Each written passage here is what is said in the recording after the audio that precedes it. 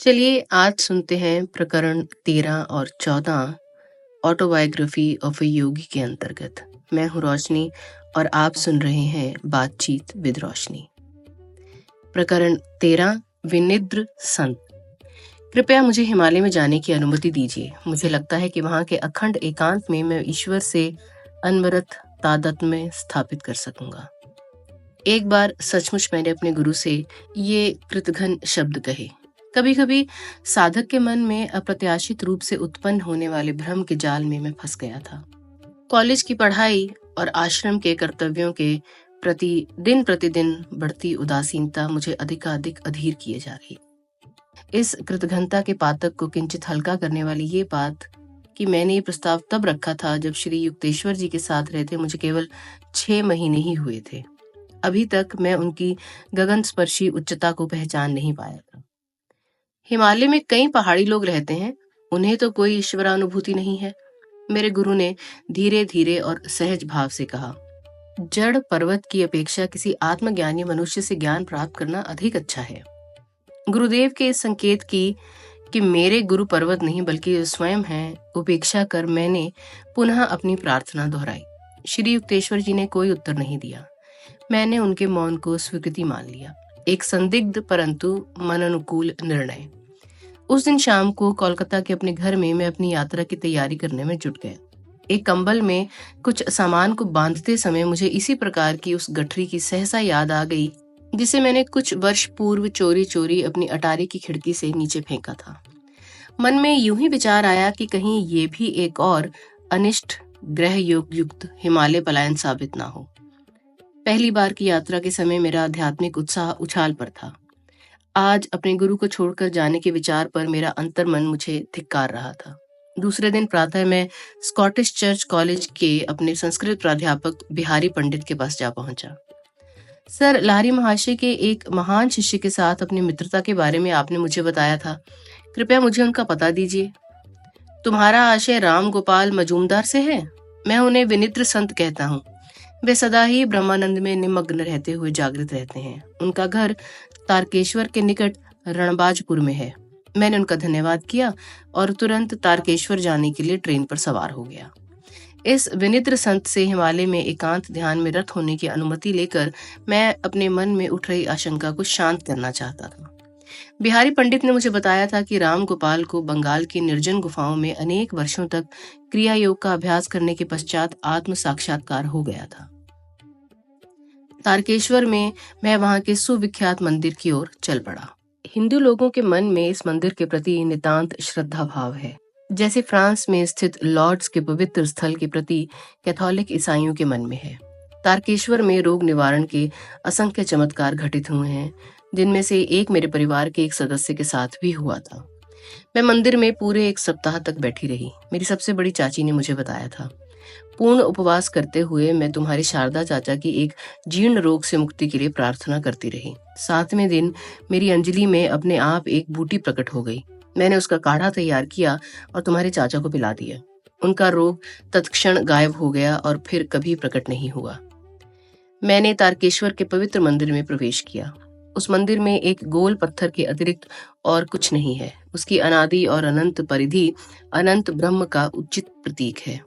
भारत में एक अनपढ़ किसान भी निराकार ब्रह्म की संकल्पना को समझता है। वस्तुतः पाश्चात्यों ने यदा कदा ही उस पर कल्पना जगत में जीने का आरोप भी लगाया है। मेरी अपनी मनस्थिति उस समय इतनी वैराग्यपूर्ण थी कि उस पत्थर के आगे नतमस्तक होने की मेरी इच्छा नहीं हुई। मुझे लगा कि ईश्वर को केवल अपनी आत्मा में ही ढूंढा जाना चाहिए।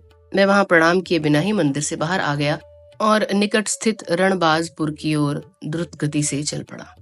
रास्ते में मिले एक व्यक्ति से जब मैंने रणबाजपुर का रास्ता पूछा तो वह दीर्घ चिंतन में डूब गया। आगे एक चौराहा आएगा, वहां दाहिने मुड़ जाओ और चलते जाओ, उसने प्रश्न देवता की गहन भाव भंगिमा में अंततः उच्चारण किया। उसके दिशा निर्देश का पालन करते हुए मैं एक नहर के किनारे किनारे चलता गया। चलते चलते अंधेरा हो गया। जंगल में बसे गांव के बाहर का इलाका चमकते जुगनुओं और आसपास मंडराते सियारों की हुआ हुआ से सजीव हो। चांद का प्रकाश इतना मंद था कि उसमें रास्ता दिखाई देना कठिन हो रहा था। मैं 2 घंटे तक ठोकरें खाता रहा। आहा, गाय के गले में बंधी घंटी की वह आह्लादक ध्वनि। मेरे बारंबार जोर जोर से पुकारने पर आखिर एक किसान मेरे पास आ गया। मैं राम गोपाल बाबू की खोज में हूँ। इस नाम का कोई व्यक्ति हमारे गांव में नहीं रहता। उस आदमी ने कटु स्वर में कहा। तुम शायद झूठ बोल रहे हो और जासूस हो। उसके राजनीतिक आशंकाओं से व्यथित मन से संदेह दूर करने की आशा से मैंने हृदय स्पर्शी ढंग से अपनी राम कहानी उसे सुनाई। वह मुझे अपने घर ले गया और उसने मेरी अच्छी आवभगत की। रणबाजपुर तो यहाँ से काफी दूर है, उसने कहा। चौराहे पर तुम्हें बाएं मुड़ना चाहिए था, दाहिने नहीं। खिन्न मन से मैं सोचने लगा, मुझे रास्ते में मिलकर दिशा निर्देश देने वाला वह पहला आदमी अनभिज्ञ पथिकों के लिए एक अनिश्चित अभिशाप था। मोटे चावल का भात, मसूर की दाल और आलू और कच्चे केले की रसदार सब्जी के स्वादिष्ट भोजन के बाद आंगन से सटी एक छोटी सी झोंपड़ी में मैं सोने के लिए चला गया। दूर कहीं पर गांव के लोग मृदंगों और करतालों की ध्वनि के साथ उच्च स्वर में कीर्तन कर रहे थे। उस रात नींद आने का तो प्रश्न ही नहीं था। मैं एकांतवासी योगी राम गोपाल के पास पहुंच जाने के लिए गहरी प्रार्थना करता रहा। जैसे ही मेरी झोंपड़ी के छिद्रों से उषा की पहली किरण अंदर आई, मैं रणबाजपुर के लिए निकल पड़ा। धान के उबड़ खाबड़ खेतों में से कटे हुए धान के ठूंठों पर और सूखी मिट्टी के बड़े बड़े ढेलों से बचता बचाता मैं धीरे धीरे चलता जा रहा था। यदा कदा मिल जाने वाला कोई किसान मुझे पूछने पर एक ही उत्तर देता कि रणबाजपुर बस एक ही कोस यानी कि 2 मील की दूरी पर है। 6 घंटों में सूर्य ने क्षितिज से मध्य आकाश की अपनी यात्रा तय कर ली, परंतु मुझे अब लगने लगा था कि मैं रणबाजपुर से सदा के लिए 1 कोस दूर ही रहूंगा। दोपहर भी आधी ढल गई, तब भी मेरा विश्व अंतहीन धान खेतों में ही सिमट कर रह गया था। आकाश से हो रही अग्निवर्षा से बचने का कोई उपाय नहीं था और उसकी दाहकता ने मुझे लगभग चक्कर खाकर गिर पड़ने की अवस्था तक पहुंचा दिया था। मैंने एक आदमी को आराम से टहलते हुए अपने पास आते देखा। अब मुझे उससे फिर वही प्रश्न पूछने का साहस नहीं हो रहा था कि कहीं फिर बस 1 कोस का उत्तर ना मिले। वह आदमी मेरे पास आकर रुक गया। नाटे कद और दुबले पतले शरीर का वह आदमी अपनी हृदय वेधी काली तेजस्वी आंखों के अतिरिक्त दिखने में पूर्णतः अप्रभावशाली था। मैं रणबाजपुर से जाने वाला था, परंतु तुम्हारा उद्देश्य अच्छा था, इसलिए मैंने तुम्हारी प्रतीक्षा की। मेरे विस्मयचकित चेहरे के आगे उंगली नचाते हुए उसने आगे कहा, तुम बिना सूचित किए जाने पर मुझ पर झपट पड़ने की चतुराई दिखाना चाहते थे ना? उस प्राध्यापक बिहारी को कोई अधिकार नहीं था कि वह तुम्हें मेरा पता दे दे। इस सिद्ध को अपना परिचय देना अब केवल शब्द आडंबर ही होगा, ये सोचकर अपने ऐसे स्वागत पर कुछ दुखित अंतःकरण से मैं अबाक खड़ा रहा। अचानक उन्होंने अगला प्रश्न किया, अच्छा बताओ तो तुम्हारे विचार में भगवान कहाँ है? क्यों? वह मेरे भीतर है और सर्वत्र है। निश्चय ही मेरी व्याकुलता मेरे चेहरे पर पूर्णतः प्रकट हो रही थी। सर्वव्यापी? हाँ। वे दबी हंसी में हंसे। अब क्यों युवक महोदय, तुमने कल तारकेश्वर मंदिर में प्रस्तार प्रतीक में विद्यमान ब्रह्मा के आगे सिर नहीं झुकाया? तुम्हारे अभिमान के कारण ही तुम्हें उस पथिक द्वारा, जिसने दाहिने बाएं के सूक्ष्म भेदों की चिंता ही नहीं की, गलत दिशा निर्देश दिए जाने का दंड मिला। आज भी तुम्हें काफी मुसीबतें झेलनी पड़ी हैं। मैं इस बात से विस्मय विभोर था कि मेरे सामने खड़े अति सामान्य दिखने वाले उस शरीर में सर्वव्यापी दृष्टि छुपी हुई थी और उनकी बात से मैं पूर्णतः सहमत हुआ। योगी से एक व्यथा निवारक शक्ति निसृत हो रही थी। मैं उस दाहक खेत में भी तत्क्षण ताजगी अनुभव करने लगा। भक्त में ये सोचने की प्रवृत्ति होती है कि उसने जो मार्ग अपनाया है वही ईश्वर प्राप्ति का एकमेव मार्ग है। उन्होंने कहा, योग जिससे अपने भीतर ही ईश्वर मिल जाता है, निसंशय सर्वोच्च मार्ग है, जैसा कि लाहिरी महर्षि ने हमें बताया है। परंतु भीतर ईश्वर की प्राप्ति हो जाने पर हम शीघ्र ही बाहर भी उसकी अनुभूति करते हैं। तारकेश्वर तथा अन्य स्थान के पवित्र मंदिरों के प्रति उन्हें आध्यात्मिक शक्ति के केंद्र मानकर जो श्रद्धा भाव लोगों में है वह बिल्कुल सही है। योगीवर की आलोचनात्मक वृत्ति अब अंतर्हित हो गई। उनके नेत्र करुणा आर्द्रता से स्निग्ध हो उठे। उन्होंने मेरा कंधा थपथपाया। छोटे योगी, मैं देख रहा हूं कि तुम अपने गुरु से दूर भाग रहे हो। उनके पास वह सब कुछ है जिसकी तुम्हें आवश्यकता है। तुम्हें उनके पास लौट जाना चाहिए। आगे उन्होंने कहा, पर्वत तुम्हारे गुरु नहीं बन सकते। 2 दिन पहले श्री युक्तेश्वर जी द्वारा प्रकट किया गया वही विचार, सिद्ध जन केवल पर्वतों में ही निवास करें, ऐसा कोई विधि का विधान नहीं है। मेरी और रहस्यपूर्ण दृष्टि से देखते हुए वे कहते जा रहे थे, भारत और तिब्बत के हिमालय शिखरों का संतों पर कोई एकाधिकार नहीं है। जिसे अपने अंदर पाने का कष्ट ना किया जाए, उस शरीर को यहाँ वहां ले जाने से भी प्राप्त नहीं किया जा सकता। जैसे ही साधक आध्यात्मिक ज्ञान लाभ के लिए विश्व के अंतिम छोर तक भी जाने को तैयार हो जाता है, उसका गुरु उसके पास ही प्रकट हो जाता है। मन ही मन मैं इस बात से सहमत हो गया। मुझे काशी के उस आश्रम में की गई अपनी प्रार्थना का स्मरण हो आया, जिसके बाद भीड़ भाड़ से भरी एक गली में श्री युक्तेश्वर जी से मेरी भेंट हुई थी। क्या तुम एक ऐसे छोटे से कमरे की अपने लिए व्यवस्था कर सकते हो, जिसका दरवाजा बंद कर तुम अंदर एकांत में रह सको? जी हाँ। मेरे मन में ये विचार उभर आया कि ये संतवर इतनी विलक्षण गति से सामान्य स्तर की बातों से व्यक्तिगत स्तर पर उतर आते हैं। तो वही तुम्हारी गुफा है। योगीराज ने ज्ञान जगा देने वाली एक ऐसी दृष्टि मुझ पर डाली कि मैं उसे आज तक नहीं भूल पाया। वही तुम्हारा पावन पर्वत है, वहीं तुम्हें ईश्वर की प्राप्ति होगी। उनके इन सरल शब्दों ने हिमालय के लिए मेरे मन में बैठी तीव्र आसक्ति एक पल में समाप्त कर दी।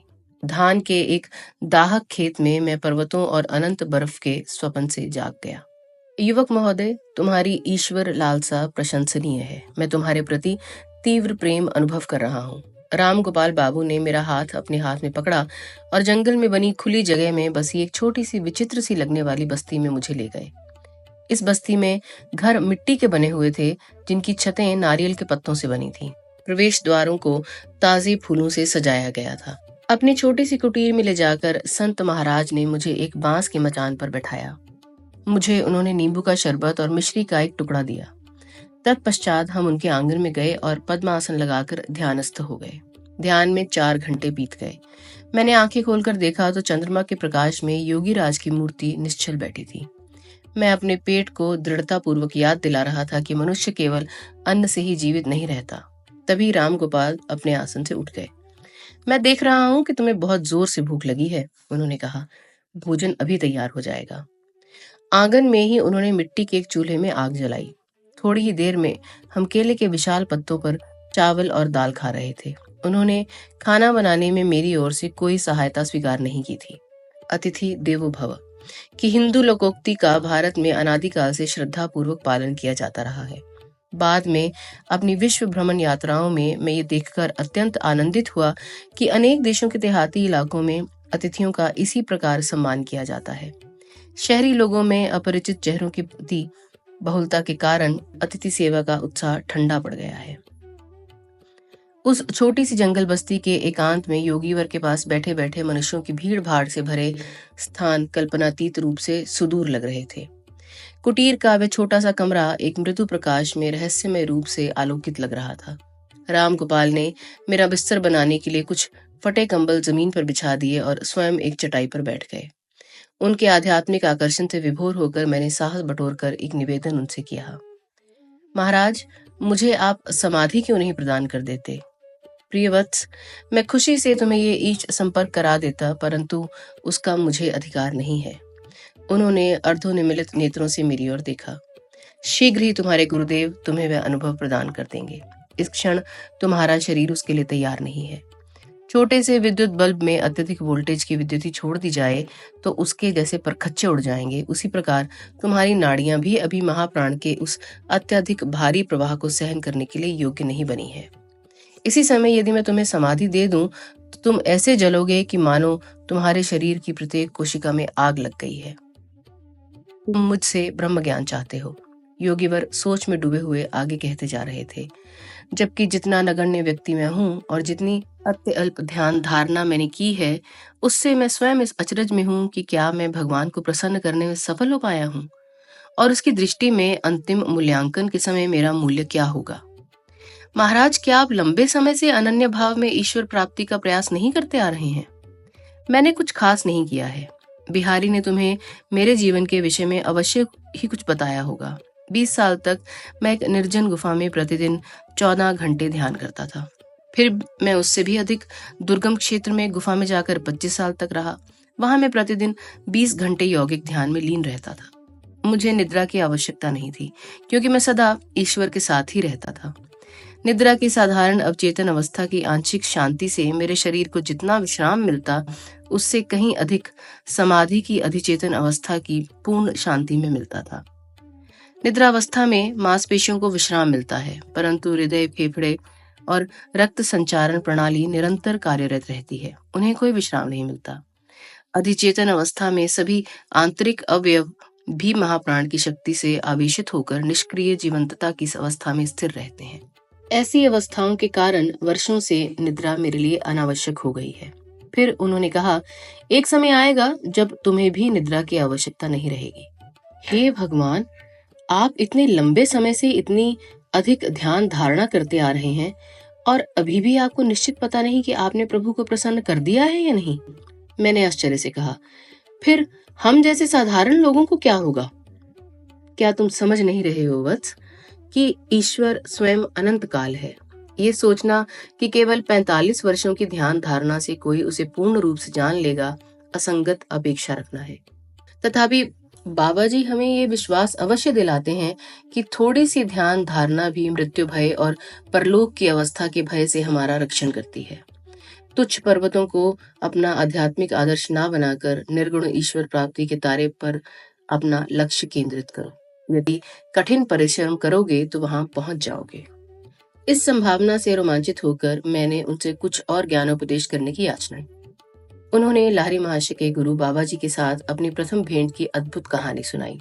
लगभग मध्य रात्रि होने पर तब राम गोपाल मौन हो गए और मैं अपने कंबलों पर लेट गया। जब मैंने आंखें बंद की तो मुझे बिजलियां कौंधती दिखाई देने लगी। मेरे अंदर का विशाल अंतराल जैसे पिघले हुए प्रकाश से भर गया। मैंने आंखें खोली तो वहीं चुंधियाने वाला प्रकाश दिखाई दे रहा था।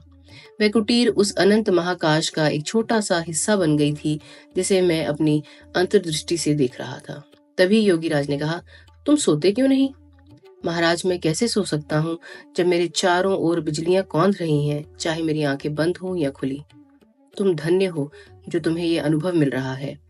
इन आध्यात्मिक प्रभा किरणों का दर्शन आसानी से नहीं होता। फिर उन्होंने स्नेह के कुछ और शब्द कहे। उषा काल होने पर राम गोपाल ने मुझे मिश्री के कुछ टुकड़े दिए और वापस लौट जाने के लिए कहा। उनसे विदा लेने में मुझे इतना दुख हो रहा था कि अश्रु मेरे गालों पर बहने लगे। मैं तुम्हें खाली हाथ नहीं जाने दूंगा। योगीराज ने दया आर्द्र होकर कहा, मैं तुम्हारे लिए कुछ अवश्य करूंगा। वे मुस्कुराए और उन्होंने अपनी दृष्टि मुझ पर स्थिर कर दी। मैं निश्चल हो गया, मानो जमीन से चिपक गया हूं। उन्होंने निःसृत होकने वाली शांति की धाराओं ने मेरे संपूर्ण अस्तित्व को आप्लावित कर दिया। तत्क्षण मेरी पीठ का दर्द ठीक हो गया, जो अनेक वर्षों से बीच बीच में मुझे तकलीफ देता रहता था। ज्योतिर्मय आनंद के सागर में नहाकर नव उल्लास प्राप्त करने से अब मेरा रुदन बंद हो गया। राम गोपाल की चरण वंदना करके मैं जंगल में प्रवेश कर गया। जंगल की उलझती झाड़ियों में से रास्ता बनाते हुए कई धान खेतों को पार करता हुआ आखिरकार मैं तारकेश्वर पहुंचा। तारकेश्वर में दूसरी बार मैं अब मंदिर गया और वहां भगवान के सामने साष्टांग दंडवत किया। वह गोल पत्थर मेरी अंतर्दृष्टि के सामने आकार में बढ़ता गया और आकाश पिंड बन गया, जिसमें वलयों पर वलय, अंचलों पर अंचल सभी ईश्वर की प्रभा से ओतप्रोत लग रहे थे। 1 घंटे बाद मैं खुशी खुशी कोलकाता की गाड़ी में बैठ गया। मेरी यात्राओं का अंत हो गया। तुंग पर्वतों में नहीं बल्कि अपने गुरु के हिमालय सदृश व्यक्तित्व के चरणों में। प्रकरण 13 यहाँ पर खत्म होता है और अब हम आगे बढ़ते हैं प्रकरण 14 समाधि लाभ की ओर। मैं आ गया हूँ गुरुजी। मेरा लज्जित चेहरा मेरे मनोभावों को अधिक स्पष्टता से व्यक्त कर रहा था। चलो रसोई घर में चलकर खाने के लिए कुछ देखते हैं। श्री युक्तेश्वर जी का बर्ताव इतना सहज था मानो हम कुछ दिनों के लिए नहीं बल्कि कुछ घंटों के लिए ही अलग रहे हों। गुरुदेव, मेरे द्वारा आश्रम के कर्तव्यों को अचानक छोड़कर चले जाने से आपको अवश्य निराशा हुई होगी। मुझे तो लगा था आप मुझ पर क्रोधित होंगे। नहीं, बिल्कुल नहीं। क्रोध केवल इच्छा के अवरोध से उत्पन्न होता है। मैं कभी दूसरों से कोई अपेक्षा नहीं रखता, इसलिए उनका कोई भी कार्य मेरी इच्छाओं के विपरीत नहीं हो सकता। मैं अपने किसी स्वार्थ के लिए तुम्हारा उपयोग कभी नहीं करता। मैं तो केवल तुम्हारे सच्चे सुख में ही खुश हूँ। गुरुदेव, दिव्य प्रेम के बारे में मैंने केवल सुना ही था और कुछ धुंधली सी कल्पना कर सकता था, परंतु आज आपके देवता स्वरूप उदाहरण से मैं उसका प्रत्यक्ष दर्शन कर रहा हूँ। संसार में तो अपना पुत्र भी यदि पिता को पूर्व सूचना दिए बिना उसका काम छोड़कर चला जाता है तो पिता उसे आसानी से क्षमा नहीं करता, परंतु आप में क्रोध तो क्या, जरा सी नाराजगी का भी लवलेश मात्र नहीं है। जबकि मेरे कई काम अधूरे छोड़ जाने से आपको भारी असुविधा हुई होगी। हम दोनों ने एक दूसरे की आंखों में देखा। दोनों के ही नेत्रों में अश्रु भर आए थे। आनंद की एक लहर ने मुझे निमग्न कर दिया। मुझे ये बोध हो रहा था कि मेरे गुरु के रूप में साक्षात भगवान मेरे हृदय के प्रेम की सीमित उत्कंठाओं को विराट प्रेम में विस्तारित कर रहे थे। कुछ दिन बीत जाने के बाद एक दिन सुबह मैं गुरुदेव के खाली बैठक कक्ष में गया। वहां ध्यान करने का मेरा विचार था, परंतु मेरा अवज्ञाकारी मन इस प्रशंसनीय उद्देश्य में सहयोग देने के लिए तैयार नहीं था। विचार ऐसे बिखर रहे थे जैसे किसी शिकारी के आते ही पक्षी बिखर जाते हैं। मुकुंद! दूर की एक बैल्कनी से श्री युक्तेश्वर जी की आवाज आई। मेरे विचार जितने विद्रोही थे उतना ही विद्रोही अब मैं भी बन गया। गुरुदेव सदा मुझे ध्यान करने को कहते हैं। मैं अपने आप से बड़बड़ाया। उन्हें मालूम है कि मैं यहाँ किस लिए आया हूँ। अब उन्हें मेरे प्रयास में बाधा नहीं डालनी चाहिए। उन्होंने फिर से मुझे बुलाया। मैं चुप ही बैठा रहा।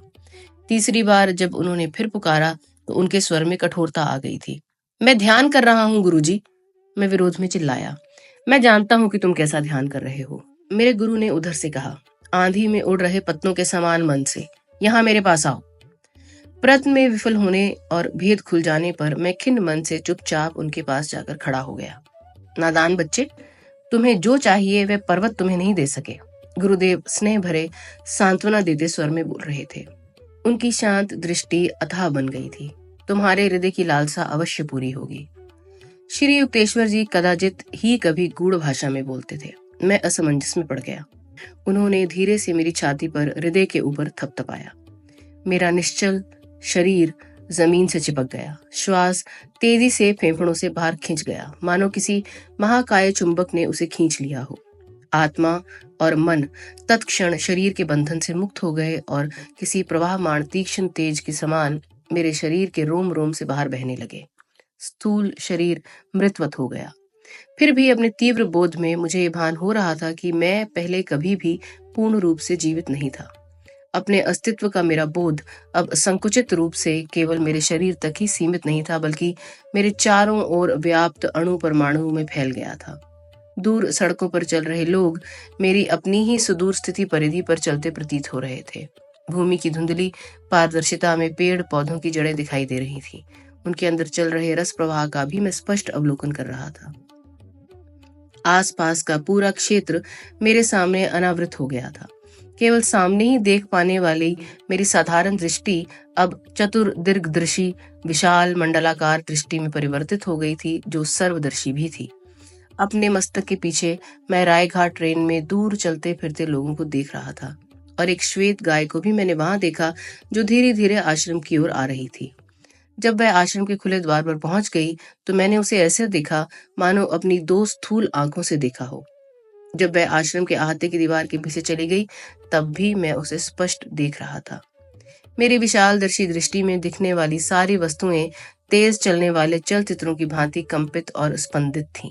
मेरा शरीर, गुरुदेव का शरीर, चारों ओर से खंभों से घिरा आश्रम का चौक, फर्नीचर और फर्श, पेड़ पौधे और धूप यदा कदा उग्रता से स्पंदित होते, जब तक कि सब कुछ प्रकाश सागर में विलीन नहीं हो गया। ठीक जैसे पानी भरे गिलास में चीनी डालने के बाद उसे हिलाने से वह पानी में घुल जाती है। सब कुछ अपने में विलीन कर लेने वाला ये प्रकाश बीच बीच में आकार धारण कर लेता था। फिर वह आकार उसी प्रकाश में विलीन हो जाता था। प्रकाश और स्थूल आकार पर्याय क्रम से एक दूसरे में रूपांतरित होकर सृष्टि के कार्य कारण सिद्धांत को स्पष्ट कर रहे थे। मेरी आत्मा के शांत अनंत तट पर सागर के समान आनंद उमड़ रहा था। मैंने अनुभव किया कि ईश्वर का स्वरूप अक्षय आनंद है। उसका शरीर प्रकाश के असंख्य तंतु हैं। मेरे अंदर उमड़ती दिव्य ज्योति ने विस्तृत होते होते नगरों, महाद्वीपों, पृथ्वी, सूर्यमंडल, तारामंडल, निहारिका पुंज और अंतरिक्ष में प्रवर्तमान ब्रह्मांडों को अपने में समा लिया। रात में दूर से दिखाई पड़ने वाले प्रकाश में शहर की भांति समस्त ब्रह्मांड मेरे अस्तित्व की अनंतता में जगमगा रहा था। ब्रह्मांड की स्पष्ट रेखांकित परिधि के परे चमकने वाला तीव्र प्रकाश उसके दूरतम किनारों तक पहुंचते पहुंचते किंचित क्षीण सा होता जा रहा था। वहां मुझे एक स्निग्ध मृदु तेज दिखाई दे रहा था, जिसमें कभी किसी प्रकार की कोई क्षीणता नहीं आ रही थी। वह तेज अवर्णनीय रूप से सूक्ष्म था। नक्षत्र पुंजों के आकार अपेक्षाकृत स्थूल प्रकाश से बने हुए थे। एक शाश्वत उद्गम स्रोत से दिव्य किरणों का प्रसार हो रहा था और वे अवर्णनीय प्रभामंडल से दीप्यमान आकाश गंगाओं में रूपांतरित हो रही थी। बार बार मैंने सृजनात्मक किरणों को नक्षत्रों में और फिर विस्तृत पारदर्शक ज्वालाओं में रूपांतरित होते देखा। लयबद्ध प्रत्यावर्तन के द्वारा करोड़ों करोड़ों विश्व का पारदर्शक तेज में विलय हो गए और फिर वह तेज महाव्योम बन गया। मुझे ये ज्ञान हुआ कि समस्त तेजो ब्रह्मांड का केंद्र मेरे हृदय में स्थित अंतर्ज्ञानानुभूति का बिंदु है। एक प्रकाशकारी ज्योति मेरी नाभि से समस्त ब्रह्मांड के प्रत्येक भाग को प्रसारित हो रही थी। परम आनंदमय अमृत मेरे अस्तित्व के कण कण में पारे के प्रवाह की भांति व्याप्त हो रहा था। ईश्वर की सृजनात्मक ध्वनि को, ब्रह्मांड के प्रेरक यंत्र की ध्वनि को मैं ओम की झंकार में प्रतिध्वनित होते सुन रहा था। अचानक श्वास मेरे फेफड़ों में लौट आया। लगभग असह्य निराशा के साथ मैं जान गया कि मेरी विराट असीमता लुप्त हो गई थी। फिर एक बार मैं अपमानास्पद देह पिंजड़े में आबद्ध हो गया था, जिसमें ब्रह्मा को आसानी से कोई स्थान नहीं मिल सकता था। घर से भागे बालक की भांति मैं अपने विराट तेजोधाम से भाग गया था और अपने आप को मैंने एक संकीर्ण पार्थिव देह के एक क्षुद्र पिंजड़े में कैद कर लिया था। मेरे गुरु मेरे सामने निश्चल खड़े थे।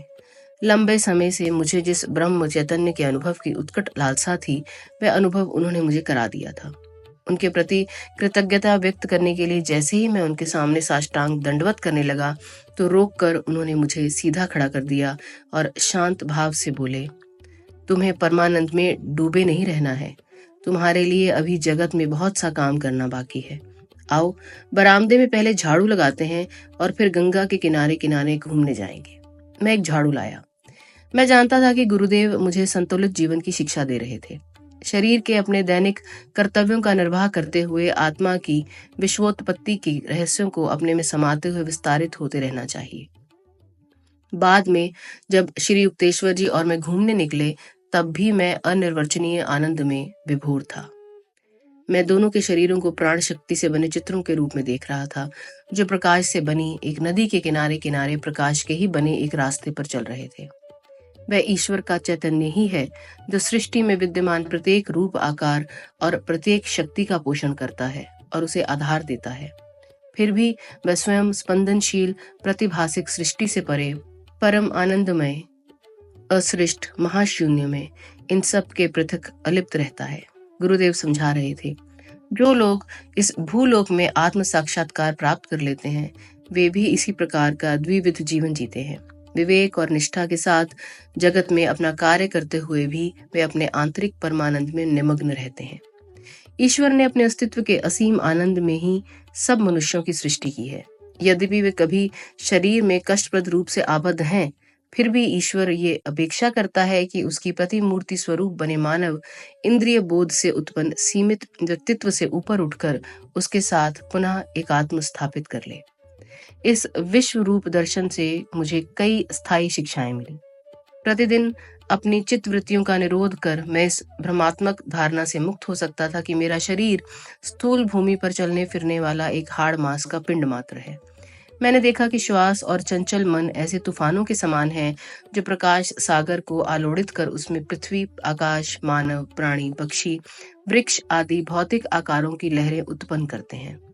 इन तूफानों को शांत किए बिना उस अनंत परमत्व की एकमात्र अखंड प्रकाश के रूप में अनुभूति नहीं की जा सकती। जब जब मैंने इन दो प्राकृतिक तूफानों को शांत किया, तब तब मैंने सृष्टि की असंख्य उताल तरंगों को उस प्रकाश सागर में ठीक उसी प्रकार विलीन होते देखा जिस प्रकार समुद्र की लहरें तूफान के थम जाने के बाद शांत होकर विलीन हो जाती हैं। गुरु तभी विश्व चैतन्य का ये अनुभव अपने शिष्यों को प्रदान करता है जब उसने ध्यान धारणा द्वारा अपने मन को इतना सुदृढ़ बना लिया हो कि वह इन विराट दृश्यों को देखकर घबरा न जाए। केवल बौद्धिक इच्छा या खुले दिमाग का होना ही इसके लिए पर्याप्त नहीं है। योग साधना और भक्ति द्वारा चेतना के समुचित रूप से उन्नति द्वारा ही साधक सर्वव्यापकता के मुक्तिदायी आघात को सहन करने के योग्य बनता है। सच्चे भक्त का ये दिव्य अनुभव अवश्य होता है। उसकी अत्यंत तीव्र लालसा ईश्वर को इस प्रकार खींचने लगती है कि ईश्वर उसका प्रतिकार नहीं कर सकता। उस चुंबकीय उत्कंठा से सृष्टिपति विराट दर्शन के रूप में साधक की चेतना की सीमा में खिंच आते हैं। कई वर्षों बाद मैंने समाधि नाम से निम्नलिखित कविता लिखी, जिसे मैंने समाधि की महिमा की एक झांकी प्रस्तुत करने का प्रयास की। अदृश्य हो गए प्रकाश और छाया के पर्दे सारे, दुख का लवलेश भी कहीं नहीं रहा। मिट गए क्षणभंगुर सुखों के बोध सारे, नष्ट हो गई इंद्रियों की धुंधली मृग मरीचिका। प्रेम, घृणा, स्वास्थ्य, रोग, जन्म, मृत्यु, द्वैत के पर्दे पर खेलती ये सारी मिथ्या परछाइयां लुप्त हो गईं। माया का तूफान थम गया गहन अंतर्ज्ञान की जादुई छड़ी से। वर्तमान, भूत, भविष्य कुछ भी नहीं रहा अब मेरे लिए। अब तो केवल मैं ही मैं हूं, सदा सर्वदा फैलता सब में सब ओर। ग्रह तारे, निहारिका पुंज, पृथ्वी, महाप्रलय के ज्वालामुखियों के विस्फोट, सृष्टि की ढलाई की धधकती भट्टी, नीरव क्ष किरणों के हिमनद, ज्वलंत विद्युत अणुओं की बाढ़, अतीत में हुए, वर्तमान में जी रहे, भविष्य में होने वाले सब मनुष्यों के विचार, घास तक का प्रत्येक पत्ता, मैं स्वयं, समस्त मानव जाति, सृष्टि का प्रत्येक कण, काम, क्रोध, लोभ, अच्छा बुरा, मोक्ष, मुक्ति, इन सबको मैंने निगल लिया। और ये सब मेरे एकमात्र विराट अस्तित्व के रुधिर का महासागर बन गए। भीतर ही भीतर सुलगते आनंद ने, जो ध्यान में प्रायः सुलग उठता, मेरे अश्रुपूर्ण नेत्रों को रुद्ध कर दिया और भड़क उठा परमानंद के शोलों के रूप में और स्वाहा कर लिया मेरे अश्रुओं को, मेरे शरीर को, मेरे संपूर्ण अस्तित्व को। ब्रह्म मुझ में समा गया, मैं ब्रह्म में समा गया। ज्ञान, ज्ञाता, ज्ञेय सब एक ही हो गए। शांत अखंड रोमांच, सदा के लिए जीती जागती नित्य नवीन शांति, समस्त आशा और कल्पनाओं से परे आनंद देने वाले समाधि के परमानंद। नहीं, ये कोई अचेत अवस्था या मानसिक बेहोशी जिसमें से स्वेच्छा से लौटा ना जा सके, बल्कि समाधि तो मेरी चेतना के विस्तार को, मृत देह को सीमाओं से परे ले जाती है, अनंतता की दूरतम परिधि तक, जहां ब्रह्म सागर बना मैं अपने छोटे से अहम रूप को अपने में ही तैरता देखता हूं। अणुओं की सरसराहट सुनाई देती है। निस्तेज पृथ्वी, पहाड़, पर्वत, घाटियां पल भर में सब गलकर तरल बन गए। सागर प्रवाह निहारिकाओं की धुंध में बदल गए। इस धुंध पर प्रणम की फुंकार आई और उसने उस धुंध के तुषारों पर छाए पर्दे उठा दिए। ज्योतिर्मय अणु परमाणुओं के सागर, महासागर दृष्टि के सामने अनावृत हो गए। जब तक ओम के ब्रह्मनाद से सब स्थूल तर आलोक आखिर सर्वव्याप्त परमानंद की शाश्वत किरणों में विलीन न हो गए। आनंद से मैं आया था, आनंद के लिए मैं जीता हूं, पवित्र आनंद में मैं विलीन हो जाता हूं। मन का सागर बना मैं सृष्टि की सारी तरंगों को पीता हूं।